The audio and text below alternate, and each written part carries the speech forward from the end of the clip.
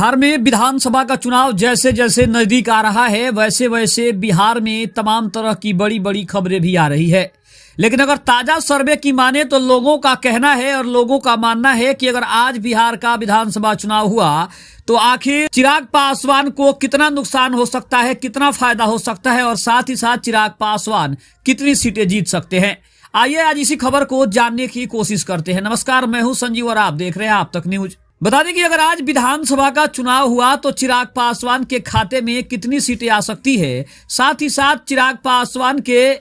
जो सबसे बड़े सहयोगी कहें, सबसे बड़े दल कहें, एनडीए की बात करें तो आखिर एनडीए कितनी सीटें जीत सकती है, साथ ही साथ बिहार के मुख्यमंत्री नीतीश कुमार कितनी सीटें जीत सकते हैं और महागठबंधन को कितनी सीटों का नुकसान या फिर कितनी सीटों का फायदा हो सकता है। आपको बता दें कि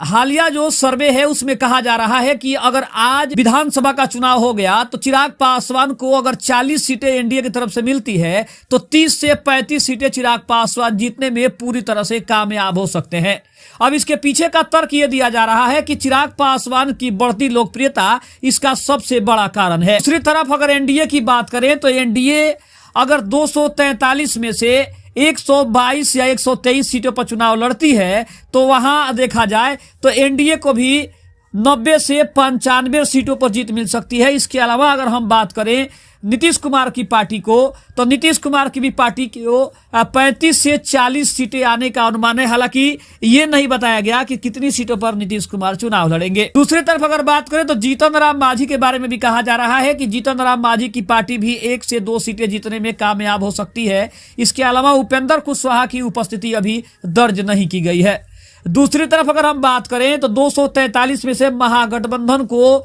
सबसे ज्यादा नुकसान होते दिखाई दे रहा है और साथ ही साथ अगर महागठबंधन के अन्य दलों की बात करें तो आरजेडी उसमें सबसे बड़ी पार्टी बनकर उभर सकती है। ये जो सर्वे हैं वो सर्वे बता रहे हैं कि आरजेडी एक बार फिर से बिहार में सबसे बड़ी महागठबंधन से पार्टी बन सकती है। लेकिन सरकार पूरी तरह से एनडीए की बनेगी क्योंकि जो लहर अभी एनडीए का चल रहा है, पीएम नरेंद्र मोदी का जो लहर चल रहा है, जिस लहर में दिल्ली का विधानसभा हो, महाराष्ट्र का चुनाव हो, हरियाणा का चुनाव हो, जिस तरह से बीजेपी ने एक तरफा जीत हासिल की है, उसके बाद से ये जरूर कहा जा रहा है कि अगर हालिया चुनाव हुए, हालिया जो सर्वे हैं उसमें एक बार फिर से बिहार में एनडीए की सरकार बनते हुए दिखाई दे रहा है। दूसरी तरफ अगर हम बात करें तो बिहार के मुख्यमंत्री की अगर बात करें तो बिहार के मुख्यमंत्री के रूप में लोग नीतीश कुमार को पसंद नहीं कर रहे हैं। ये भी खबर सामने आ रही है। अगर सूत्रों की माने तो चिराग पासवान को वहां भी नंबर 1 की कुर्सी पर दिखाया जा रहा है कि अगर बिहार में